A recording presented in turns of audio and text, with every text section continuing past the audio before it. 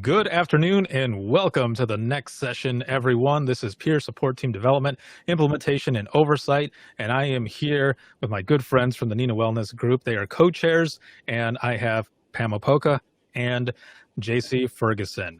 Thank you very much for being here with us, and take it away. Right. Hey, everybody. Thanks for being here with us. Good afternoon, Pam. How are you? Good. How are you? I feel like I haven't seen you forever. I know. It's fantastic getting together like this again. Thank you, everybody, for being with us live in the comments, or whether you're watching this on replay down the line. We've got something very exciting to share with y'all today from not just Pam and mine's perspective, but from the peer support work group that's working under the Wellness Committee. And so as for NENA as a whole, the National Emergency Number Association, they're very excited as well for what we're going to be bringing to y'all today. So thanks again for being here. Strap in, hit us in the comments if you've got questions or things you would like to add. Of course, we're watching them live, so please feel free to express yourself there, ask us questions. Of course, if we don't get to the question live, we will try to get back to you at some point. And then at the end of the presentation, Pam and mine's contact information will be there so that you can always reach us individually after this is over, if you would like to. So real quick about us before we get into what it is we're going to go over. Pam, will you introduce yourself before I? Sure. My name is Pam Opoka. I've worked in 911 for 25 years. I've never had another job. I started out as a call taker and I worked my way up through the ranks. I did that for 15 years under the headset, and now I work for a Council of Governments in Kansas City. We manage 45 PSAPs in 2 states, in Missouri and Kansas. So we manage over 700 dispatchers, and I'm responsible for all of their training coordination. And I also am the 911 peer support program planner and the commander level peer support team planner. So both of those teams have over 50 people each. So as you can imagine, I'm really busy, especially since COVID started and we've had to redo our entire in-person training curriculum. So I'm really happy to be here with you today, and please ask anything that you want in the comments and we will try to get that addressed for you.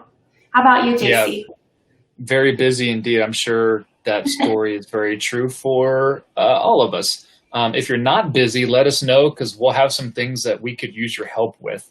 So if you don't have enough on your plate, throw that in the comments so we can solicit your help with some of the stuff we're doing. My name is JC Ferguson. I'm a commander at Austin Travis County EMS in Austin, Texas. We're a EMS only agency, but as a whole, having just under 600 sworn paramedics and EMTs. That includes the entire communications division of sworn communications medics. So that's the division that I work under. I've been in the communications division the entire time I've been with Austin Travis County EMS, so almost 10 years now. But that follows being an EMT and firefighter in various roles since 2003. I love where I'm at now. I have command over one of our communication shifts, as well as all of our initial cadet education and continuing education. But more relevant, rather, is my position as one of the team leads of our peer support program, as well as one of the founding members. And that's what brought Pam and I together as co-chairs of the peer support work group, which we were tasked by NENA's Wellness Committee to create an information document that details how to develop, implement, and oversee a peer support program. And that's what we're going to be talking about with y'all today, is that information document. It's yet to be published. It's still in the NENA's internal approval process, but it should be coming out soon. And once it does, it'll be, of course, published on the NENA document site. It'll exist in the NENA's Wellness Continuum as well. We'll have links to those towards the end of the presentation, if I remember correctly. But that's what we've been tasked with, and that's what we're here to share with y'all today. So this document covers all three of these topics. how to develop a peer support program, how to implement a peer support program, and how to oversee one. That probably sounds like a lot, and it really is. This is a very substantial information document. I think we were, in about 50-something pages for it, Pam? Is that right? Oh, I have it right here. Let me see. Oh, 58. Yeah, I'm looking at it too. 58 pages. So that sounds substantial, but at the same time, when we're talking about how to actually build, put into place, and then run a peer support program, it really should be an entire book. So what we did was really chop it down. And I'd like to read for y'all actually the executive overview, or the abstract rather, of this document, so that you understand kind of how we put it together. And we'll share just a brief part of that. This document provides guidance on how to develop, implement, and oversee a peer support program. Information provided covers the most basic tenets of a peer support program, but may also reference expansions or enhancements that you as the reader may use if you have the available resources and/or means. Focus on 911 industry wellness is ever increasing, including the recognized need for improved and more thorough access to mental health support for all levels of 911 industry professionals, right? Peer support is one way to provide or expand mental health and wellness support to 911 industry professionals. However, given the sensitive nature of peer support and the absolute need for assured confidentiality, it's important that peer support teams are developed, implemented, and designed with due regard. So this document is written with the intent to be inclusive of every type of 911 industry organization and of every size. If you're using this document to develop, implement, or oversee your own peer support program, you as the reader need to take into consideration your local policies, your local laws and state laws, and adapt policy and procedure language to suit your organization. Special consideration should be given to your state laws regarding 911 professionals as first responders, and that status and how that relates to any standing law that your state has in terms of protection for peer support and/or crisis team confidentiality. So recommendations within this document are based on learned best practices, research, and experience, and form the basis for ongoing improvement of peer support efficacy. What that all goes to say is everything that we've included should only cover what a basic peer support team should need. We'll talk about enhancements and how to improve your program or to do more if you've got the resources. But we wanted to make sure that even the smallest, most rural, even secondary PSAP or special communications like transportation or alarm services, other dispatch type environments that aren't necessarily direct 911 or PSAPs, no matter who's using this, you can still use it to design, implement, and oversee a peer program. So we had to write it broadly enough to make sure that it touched every single thing out there. So keep that in mind as we go through it. Pam, did you have anything you wanted to add about the document itself before we dive in? No, let's do it. Let's dive in. Fantastic. The first part of the document is peer team development, right? And in doing that, we had to define what is a peer team, and make sure that we were level with some of these definitions. Pam, can you tell us what peer support is? Okay, it is immediate and it's non-judgmental help available by trained peers. Trained is the key word, who understand the unique challenges you face because they do the same job as you.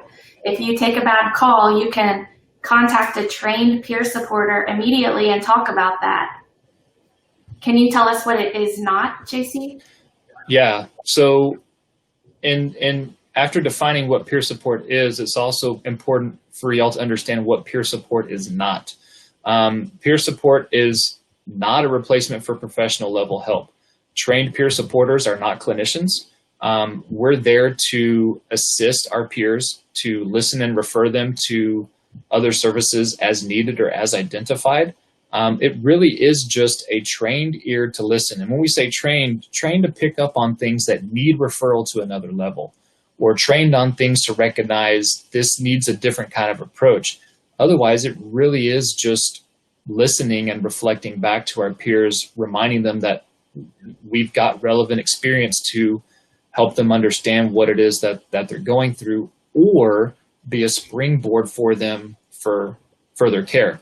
So peer support teams may work in conjunction with other mental health professionals, or if your organization has an employee assistance program, to offer support and foster a safe and confidential environment.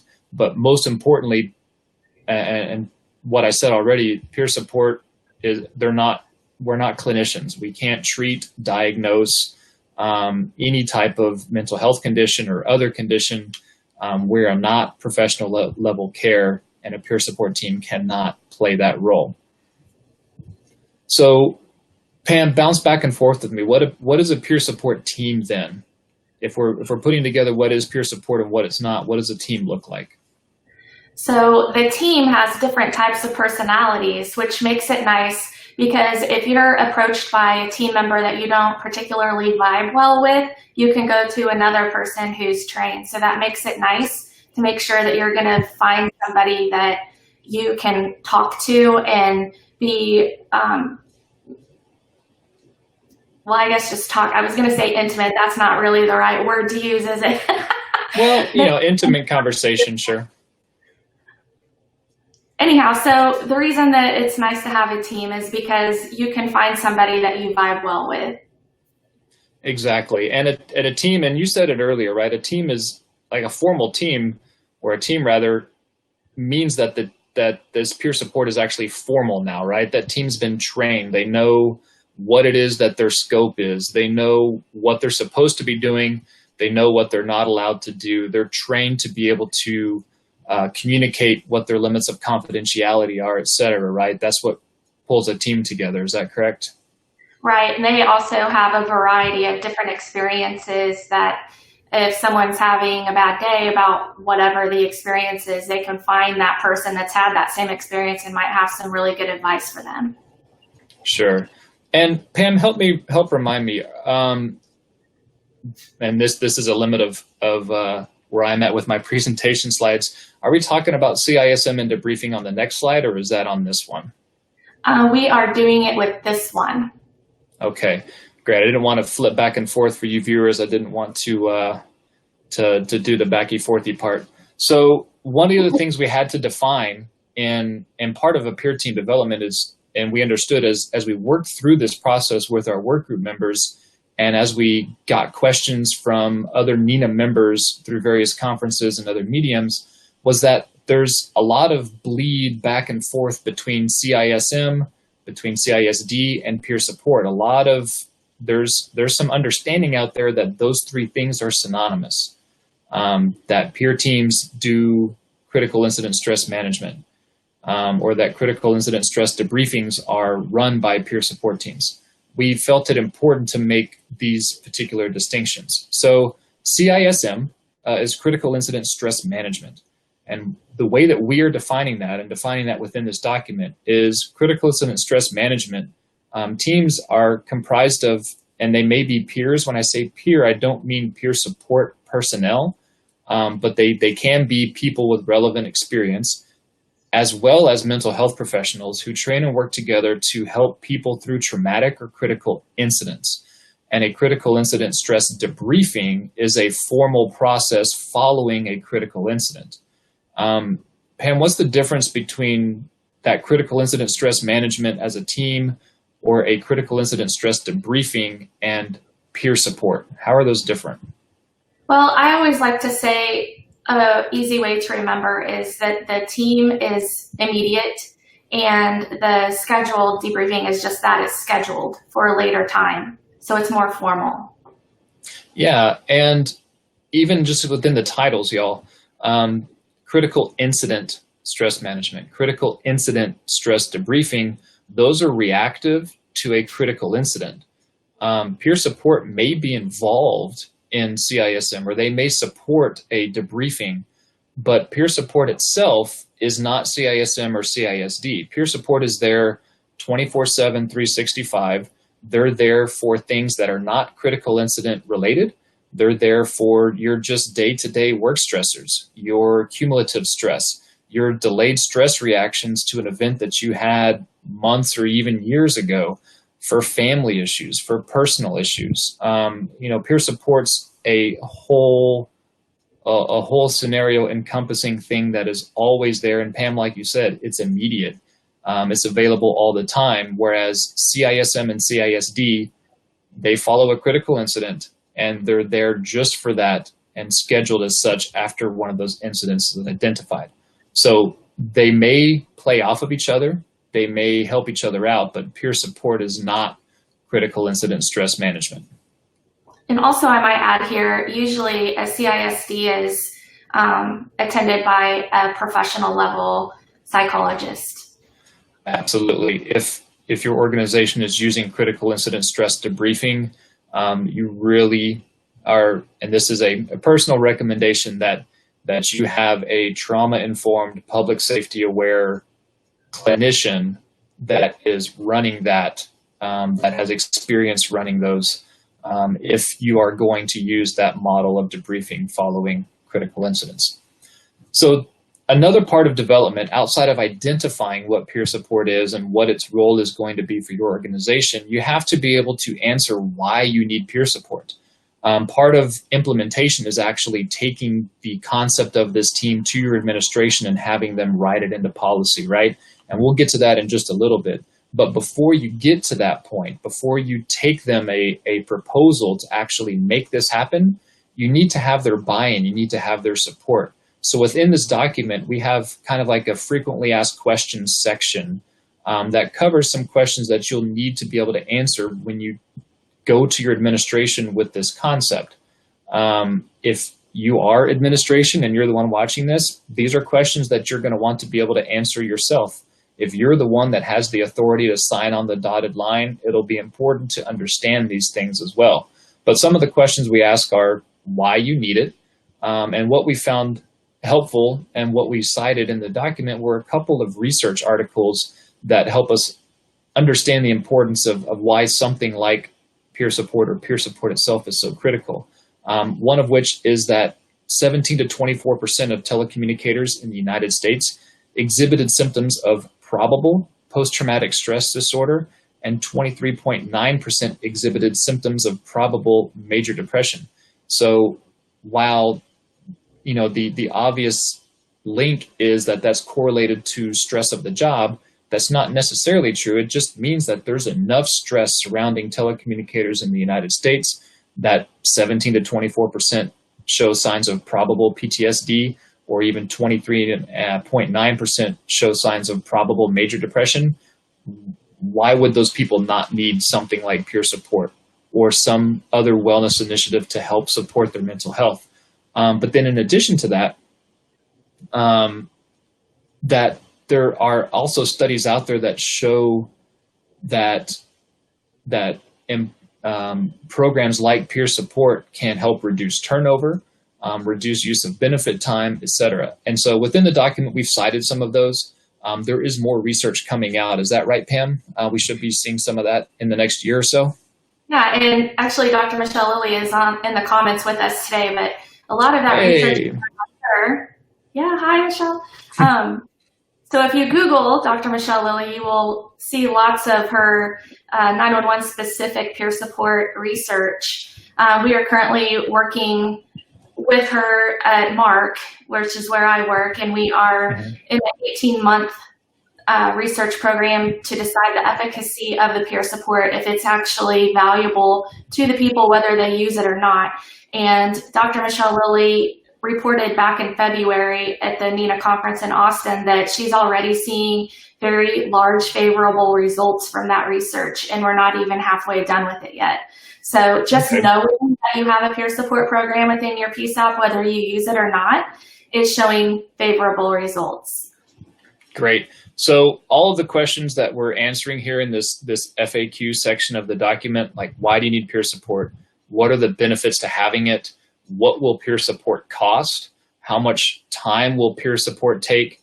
And is peer support confidential? Those are the questions that we've asked in the FAQs, and have answers to those so that you can use those to take to your administration and help them understand why it's so important to implement a peer support program. And then, like I said, we'll cover what it takes to actually take that proposal to them here in just a little bit. So the next part of development that we cover in the document is, what are peer team basics? Like, what do you have to have in order to have a peer support team? Or what should your peer support team look like at the most basic level? This is where we'll spend probably the most time during this presentation, is defining these things. So just like what we talked about, you have to have management buy-in. They have to be willing to put this in. There are ways to get peer support outside of your official organization.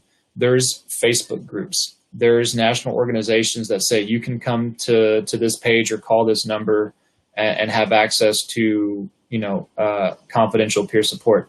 What that takes away from you, though, by not having one that supports your organization and one that your organization buys into, is you may have administrative policies or procedures that compel you to talk about things. And if the conversation that you had through a Facebook group or through a text message with somebody across the country, if those aren't official or held under confidence because of some law, then those conversations may actually be discoverable.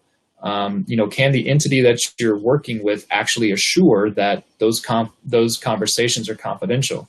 By having your management buy-in, by having your policies signed and your team official through your organization, that means that all levels of your organization agreed to this.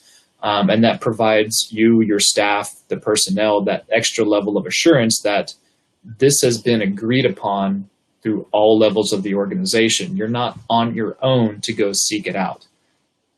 And so having their buy-in, we say, is essential. If your peer, something like Pam's team in the MARC region that covers multiple organizations, all those organizations sign on to that, right? Pam, they all sign a document saying they agree on the procedures and the scope of that team. Is that right?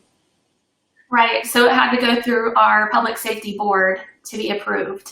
So we have buy-in on that board from all different kinds of agencies, like rural, the ones in the city, and then the mid-sized to the large too. So just making sure that everyone has representation. Yeah. But one thing that I wanted to touch back on you, since you are a commander, can you tell us how you would want this type of a program presented to you? Do you want it in a link, in an email? Do you want it printed out? How would you prefer? Yeah, absolutely. If I'm a decision maker and someone's trying to come to me to try to sell something, right? Like sell that they want a peer support program or new chairs or whatever, I'm going to want to know a lot of the questions that we asked in the FAQs. Why do we need it? What are the benefits to having it? What are the risks to not having it? How much is it going to cost? How much time is it going to take, etc.? And if you go to somebody and ask for something, and this is kind of from a business perspective or from a leadership perspective, if you're going to somebody and asking for something, but you don't have all of those things ironed out, you both may agree that this is probably a good idea. But if you're relying on the other person to do all of that research for themselves and prove that it's worthy or prove that it's necessary to have at your organization, you've then kind of given up control of that to the other person.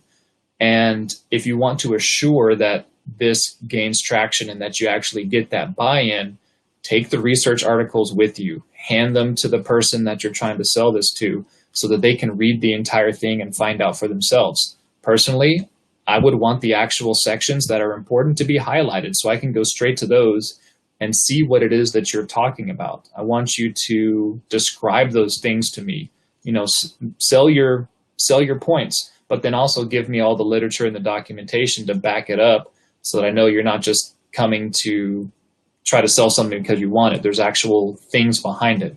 So yes, you can email a link, but then you're relying on me to click it and read the entire thing and pick out what was important. If you want me to see what was important, highlight it, show me, read it to me, etc., and really sell what it is you're trying to get.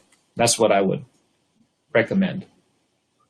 And I think we also said in a previous conference that you would want that person to ask for the moon, no matter what the program is, because you want to make sure that you can definitely get the basic part. So ask for all of the bells and whistles. Yeah. Yeah, and we covered that a little bit in the sample proposal or the implementation part of this document when we get there. So I'll touch on that when we get there here in just a moment. In addition to needing management buy-in, every peer team needs to have organizational structure. And this is part of what you do when you're developing your team, is define what type of positions we're going to have. A complicated team that covers multiple jurisdictions, like Pam's team in the MARC region, has a director and an advisory board and representation from other agencies, and that's kind of their leadership structure. A smaller team, or a team that covers a single agency such as our own, we have a director, we have a single person that oversees the entire program, but then our leadership is merely just the peer team leaders that oversee the peer team members. So it can look many different ways. We have a couple of examples in the document, but at a minimum, your organization structure needs to have leadership. Somebody has to be accountable for the team as a whole, help run the financials, approval for policies, approval for training, etc. But there has to be leadership in some form or fashion. You, of course, have to have membership, and being able to pick the right type of membership we'll cover here just a little bit when we get to the selection process. But you have to have actual peer team members, right? That's kind of a no-brainer. And then the last basic part of a peer team is you have to have clinical support. And what do we mean by clinical support, Pam? What is clinical support? What we would like to have is a professional level, PhD level psychologist that is public safety specific. That's what we would like. But sometimes not all of us can afford those. Like in the rural agencies, they can't afford that type of thing. So what else would you suggest? Like a social worker or a chaplain, something like that? At a minimum, what we're saying and what we're advising in the document is clinical support has to be a licensed clinician in your state, meaning they have to have a license to practice counseling in your state. That affords them a layer of confidentiality through their license so that they can help advise your peer team members when they have something that's troublesome for them. What this clinical support means is that your peer team members have somebody that they can go to say, hey, here's the problem I've encountered. What steps should I take, or where should we refer this person? And that conversation has to be confidential. So, a chaplain may not necessarily be able to assure that level of confidentiality based on the laws in your state, or how that chaplain fits into your organization. Not saying that your clinical support can't be a chaplain, but the clinical support should be a state licensed clinician. That way they have that extra layer of protection of confidentiality. Within the document, we have a sample letter to a clinician. So if you're seeking one out as a cold call, we have a sample letter that you can use to say, here's what a peer support team is, here's what your role would be if you agree to this. And that agreement is really between you as an organization and that clinician. This goes from a volunteer level clinical support, someone who's just volunteering their time, all the way to somebody who is on paid retainer by your organization that may also offer actual clinical support to your personnel. There's all kinds of levels of support that they have, but at the most basic level, you need to have a licensed clinician that can support your team when they have questions about referrals and how to handle different situations. The next part of a peer support team that you must absolutely have, and we could probably spend an entire hour on this, Pam, if we wanted to, is confidentiality. How important is confidentiality to a peer support team? It's what makes it valid. I mean, you can't have one if you don't have trust. of your members. But we should No. also talk about like what is covered and what isn't. Yeah, exactly. So the hallmark of any peer support team really is its ability to gain the trust of its personnel. And you can only do that by maintaining absolute confidentiality. It's got to be assured throughout all levels of the program, and it has to be agreed upon by all levels, from management all the way down to your peer membership. You have to have strict rules about what you're allowed to keep confidential, as well as what information a peer member would be compelled or even expected to share. So there's some absolutes, and what most state laws say are absolutes. This includes actual licensed clinicians that they're expected to share things like child or elder abuse, imminent danger to someone's self or to others. Those types of situations are pretty standard across the United States. It's important for you to understand what your state laws are regarding what you're expected to share and what you cannot hold in confidence. And then outside of that, it's a topic that that the peer support members have to bring up every time they have a contact, every time they're reaching out to somebody, even if it's a walking by somebody's console and saying, "Hey, how are you doing today?" If that results in a conversation, the person that you're talking to may be expecting that conversation to be a peer support conversation. And so your members really have to understand that if they are portraying themselves as a peer support team member and initiating a conversation as such, even if it's a cold call or just checking in on somebody, that they cover the limits of confidentiality to say, "Hey, what we talk about, here's what I can keep confidential and here's what I can't." That way, there's no question about that conversation, and both parties of that conversation understand what can and can't be held in confidence during that conversation. There are, and Pam, like you mentioned, there are specific things that can and can't. This is really up to you as an organization and what your management and or legal team can really help you sort out. But we have some examples in the document that you can use when you're developing your peer support team. Like your members may want to, you may want to say in your statement that you have to disclose information that's specifically required by law. That would make sense. Or that you're not going to keep any information within the team about who uses it.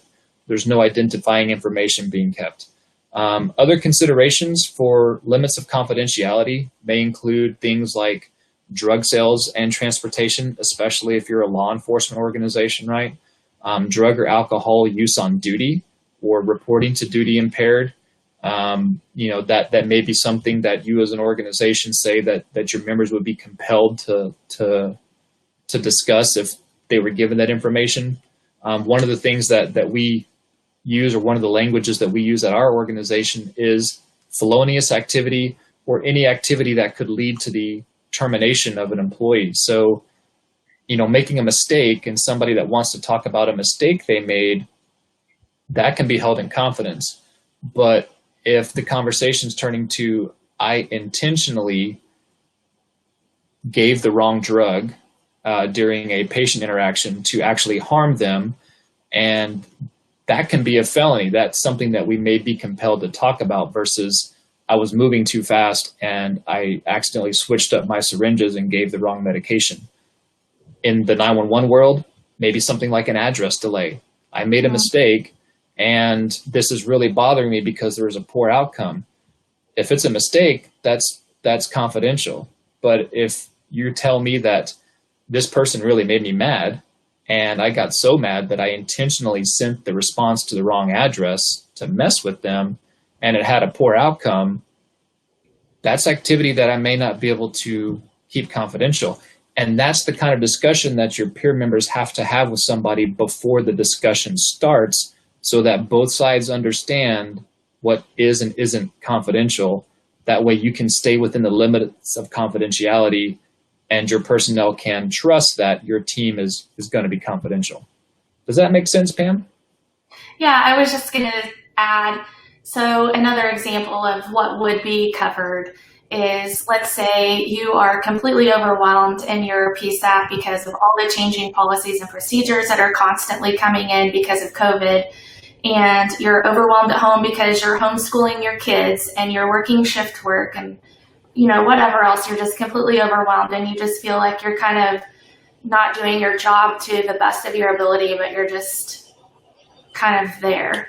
That would be something that would be covered, and it would also probably become a referral to a higher level of care just to help you get some help with some family support. Yeah, absolutely. And what you'll find in the document is that you have to define for your organization, using your management, your legal team, whatever, what you as an organization are going to allow to be confidential and what you aren't. And once you decide on that's it. That's written into stone. And the sample operating procedures and guidelines that we included in this document include a confidentiality statement. And it goes so detailed as to, members cannot be compelled to discuss confidential conversations as part of an administrative procedure. So if your internal investigations is investigating some type of allegation of misconduct, and they come across a conversation that was held in confidence with peer support, but that conversation remained within the limits of confidentiality that was agreed upon, then peer support's not compelled to talk during that administrative investigation. Neither is the person that engaged in that conversation, so long as you can say as a peer team that conversation fit within the limits of confidentiality.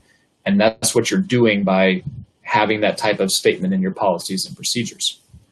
So segue then, moving on, another peer team basic that you have to have is defined policies and procedures. You need to define the team scope. What are our intentions as a team? What is our mission? What are we going to be doing? And then how are we going to be doing that, right? What's our structure look like? What are our operations look like? They should be official and sanctioned by the organization and whatever your governing body is. Cool thing is, in this document, we included a sample operating procedures that you can use to edit, manipulate however you want to fit your organizational needs. But you need to have defined policies and procedures. They need to be signed off by your management. That writes this thing into stone so that you can go forward with this team and actually start doing good work. So the next part of the information document, right? We've gone over how to develop a team. Like, what are the things you need to think of as you're putting it together? The next step of a peer team is actually implementing that team, right? How to put it into place. And so the implementation section talks about all of these topics here. How to propose to and gain approval from your management. In the document as well, to accompany this implementation is an actual sample proposal that kind of puts together what you need to bring with you when you're taking this to management. While your management team may be very involved in this and they may be your actual implementation team, if you take this concept to management and they say, yes, we want to make this happen, bring it back to me when you're ready to go, and they separate themselves from it, then you would actually need to be the one to put together an implementation guide or put together the proposal. So we detail the things that you need to have together to do that. Proposing to management means identifying who management is, right? Who's going to be the one to sign on the dotted line to actually create this team? Who's the ultimate authority in this case that can do that? Then prepare and define all the steps of implementation. So have your policies and procedures together. Have every piece of it so that all they have to do is, like I said, just sign on the dotted line. And this is what Pam brought up earlier. This is during your proposal when you're asking for someone to put this team into place and you're designing your policies and procedures. This is where you really should ask for the moon. Ask for everything that you want. We found a clinician that's willing to provide clinical support, not just to the peer support team, but to the entire department at this rate. And this, we're going to put them on retainer, and it's going to cost this much. And yes, it may be it may be a significant cost, but ask for it, because the worst thing that they can say is no. And if they say yes, then you get it. if they say no, it also allows you a little bit of bargaining, right? We didn't get this thing that we wanted, but maybe that allows us to argue a little bit more for this other part of the team that's really a peer team basic, right? We really need this other part. And if it's a decision between the two, well, we can let the enhancement slide. We can let this thing that's not a basic part of a peer team go, so long as we get what we need. Always ask for more than the minimum, because you never know what might be acceptable. You need to plan your organizational structure and selection process. Pam, why is the selection process important for a peer support team? Because you want to make sure that you always have the trust of the team. You don't want the gossipy person on your team. And if you find that you do have a gossipy person on the team, it's imperative that you get them off of the team as soon as possible, just to maintain the trust. That's the most important thing. Right. You have a what? I'm sorry? We have an application process and an in-person interview through our advisory board. If someone fills out the application, they have to come in person, because sometimes people look good on paper and then you start talking to them and they just don't have the right vibe that you need. So the process is so important. You want the right people on the bus. You do. You want them on the bus. That's right. And do we have a sample application included in the document as well? We sure do. Oh, great. Another step of implementation is you need to plan and execute your training. Training is, just as imperative to a peer support team as confidentiality is. This is kind of a stepping point for different people in different organizations. There are a lot of organizations out there that contract this out to a vendor, right? They're hiring somebody to certify their peer support team or to provide the training. That is absolutely an option. If that person or organization that you're seeking out has accreditation through some sort of mental health authority or national peer level wellness, organization, we can't say how easier that makes things go. What we can't do is speak to the quality of those trainings, et cetera, but many times that's really helpful. If you have to design your training in-house, that's very possible. You can absolutely do that. What we've included in the document are some minimum curriculum points that you would want to have if you are cooking up your own training in-house, or if you're looking at an outside vendor or somebody to supply peer support training for you. We have recommendations in there on what topics that you should look to include during that initial training and ongoing training, et cetera. Another part of implementation is defining your contact methods. Like, how is your team going to reach out to people? How are your people going to reach out to the team? There's many different ways to do this, and that kind of depends on how you define your team and what your team's mission is. There are teams out there that only accept referrals, right? They only contact people after someone's reached out to them. They may accept third-party referrals. So I may be working the console and notice that my partner is having a hard time. I can contact peer support, and peer support can reach out to that other person. The sticky part in all of this is, and the most basic part of contact methods that you must have in your peer team, is that use of peer support has to be voluntary.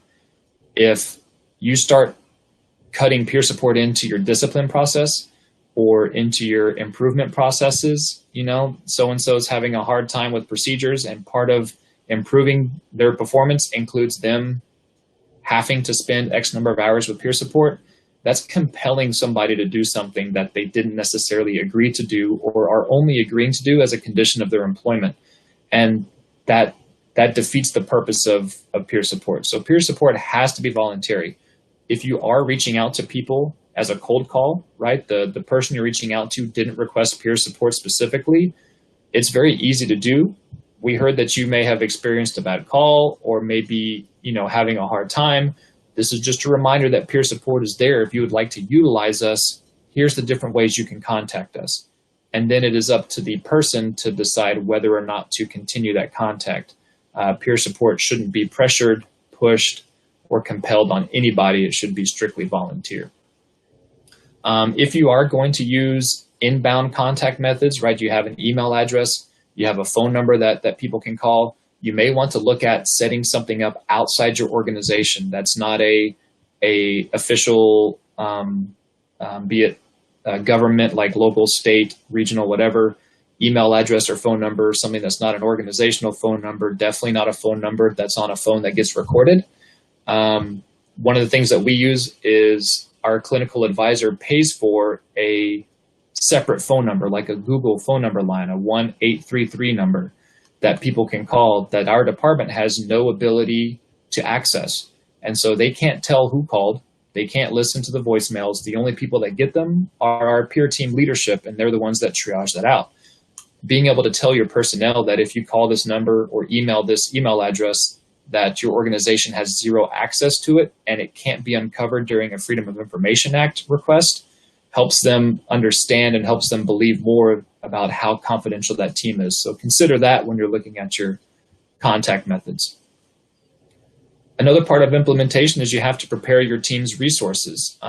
Where are you going to send people for referrals? Take into consideration what your local and national resources are available to those on your team to use, and then also to the people that you're supporting where you can refer those. So explore those options before you need them. Think about the different scenarios that you may be in as a team, and start to establish those relationships early. This is going to play into something we're going to talk about here in just a minute as we wrap this up, but start to build your network. And if you're in an organization or a place now where you're feeling pretty alone in this process of building or even enhancing your peer support team, look in the comments now and see the different people that are talking about having their own team or what they're doing in their place, and start to reach out to those people. This is a virtual conference, right? We don't have to all meet up for happy hour later for you to get my phone number or email address. Start doing those things now. Join professional organizations, join the different Facebook groups or social media groups that connect people, and start seeking out others that have teams so that you can start gathering information about what are the struggles that they have, what are the resources that they use, and let's help each other enhance and build our peer support team so that we're considering all different types of angles. And then one of the last things we need to do in terms of implementation is market your team to the organization, right? You have to tell your organization that this is a thing and this is how we're going to do it. So some things to consider, we've listed in the document itself. No matter what, you have to introduce the team. What the important parts of introducing it are introducing its scope. Why do we have peer support? Like, what are they going to be doing? How are we going to contact them? And really, this is your moment to drive home how confidential the team is. So if you can get your organizational leadership or your clinical advisor to participate in this announcement, be it a in-person like CE style, or if it's virtual or whatever, if you can get them to sign, be present, offer a couple words themselves of assurance about how confidential your team is, that will help your personnel buy into it. Pam, do organizations really just jump into peer support full tilt and start using it right away? Has that been your experience? Some have, some haven't. Sometimes it does take a little time to build the trust, so don't get discouraged if it's not immediately accepted in your PSAP, because sometimes that happens. Like I said, it takes time to build the trust. Just keep going.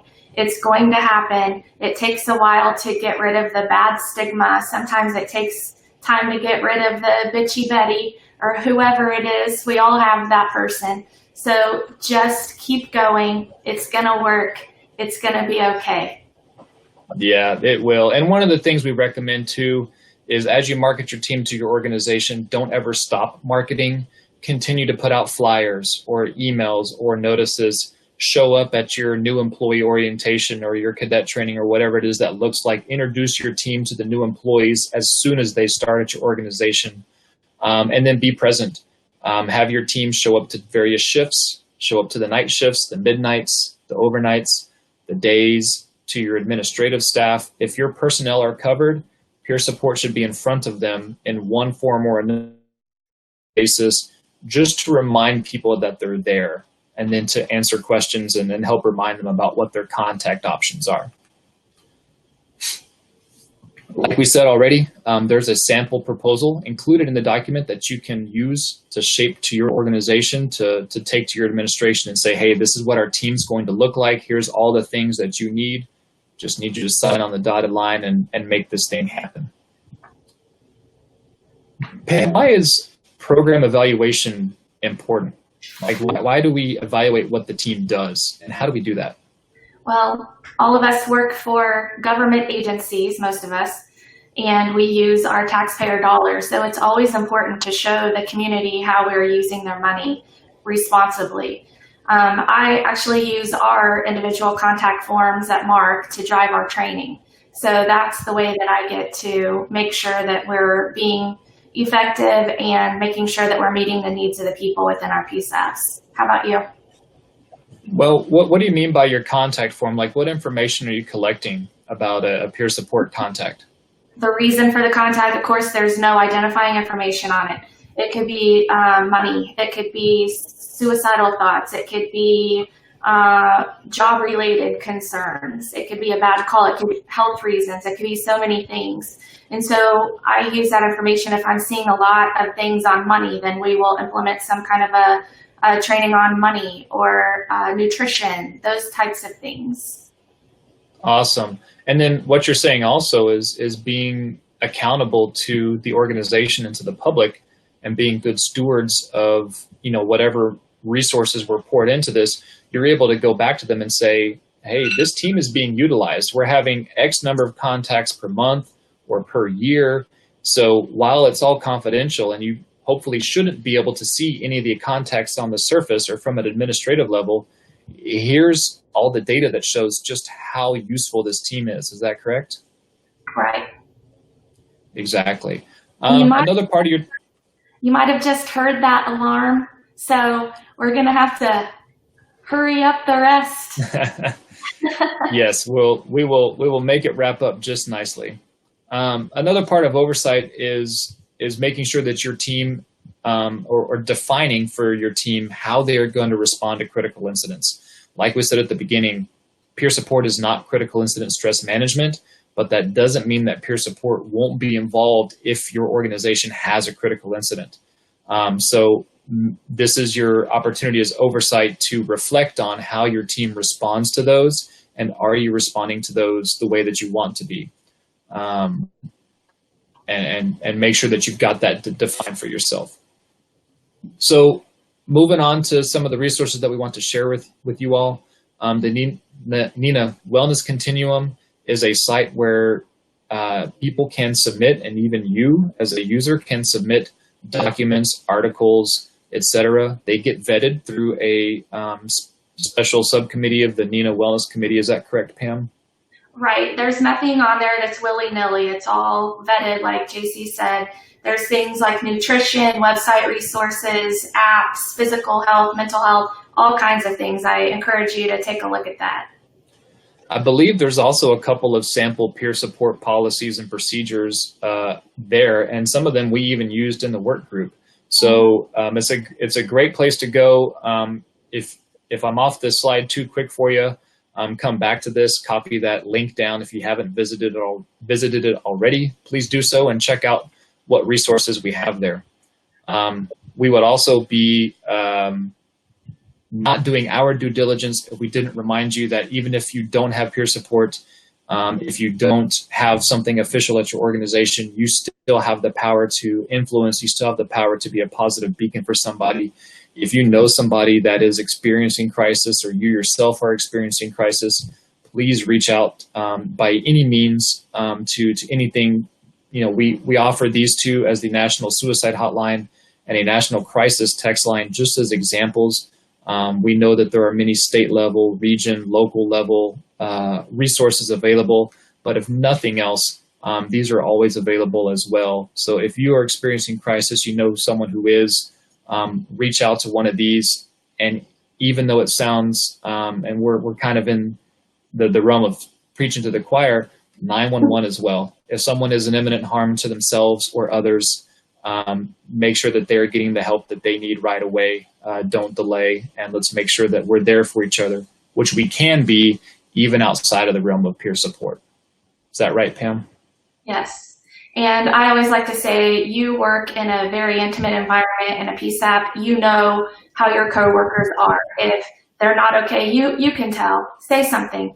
And if you don't actually feel comfortable saying something, contact a trained peer supporter to say something. Just make sure that it gets done. Don't overlook it, especially during this time of COVID unrest. The last shameless plug is while peer support, an official team is trained. They know how to have crisis conversations. They know how to talk to people. What you don't have to be trained to do is to be a nice person, to be kind, and to show that niceness and kindness to the people around you, even when that's difficult to do, because we work so intimately together, because we have to be cohesive as a team to accomplish our mission as 911 professionals. Seek out kindness, seek understanding, be good to one another as we go through this journey. What Pam and I could not have done is any of this without the input and work from our work group membership. We would like to publicly thank them, every single one of them, for their contributions over the last year and a half almost that it took to put this document together and all the work that they put through. Pam, you want to go back and forth with me? Sure. All right, so Brody Hinckley. All right. Okay, you said Brody. Shannon Price. And Mr. Harley Watts. Nicole Janey. Brian Crumpler. Ariana Kitty. Mr. Ryan Dedman. Kevin Vick. Ms. Roxanne Van Gundy. Cassandra Onley. Ms. Maureen Moe Dakeman. Giselle Avalar. Ben Collins. Karanda Kirkwood. And Ms. Carrie Morrissey. Thank you all so much for everything that you've done for us. If you're in the comments and you see these people somewhere down the line, you see their name in a virtual conference, in a chat room, or when you see them in person, give them a big handshake and a hug for Pam and I, because we're hunting them down ourselves too. Their contributions were priceless. We could not have done this without them.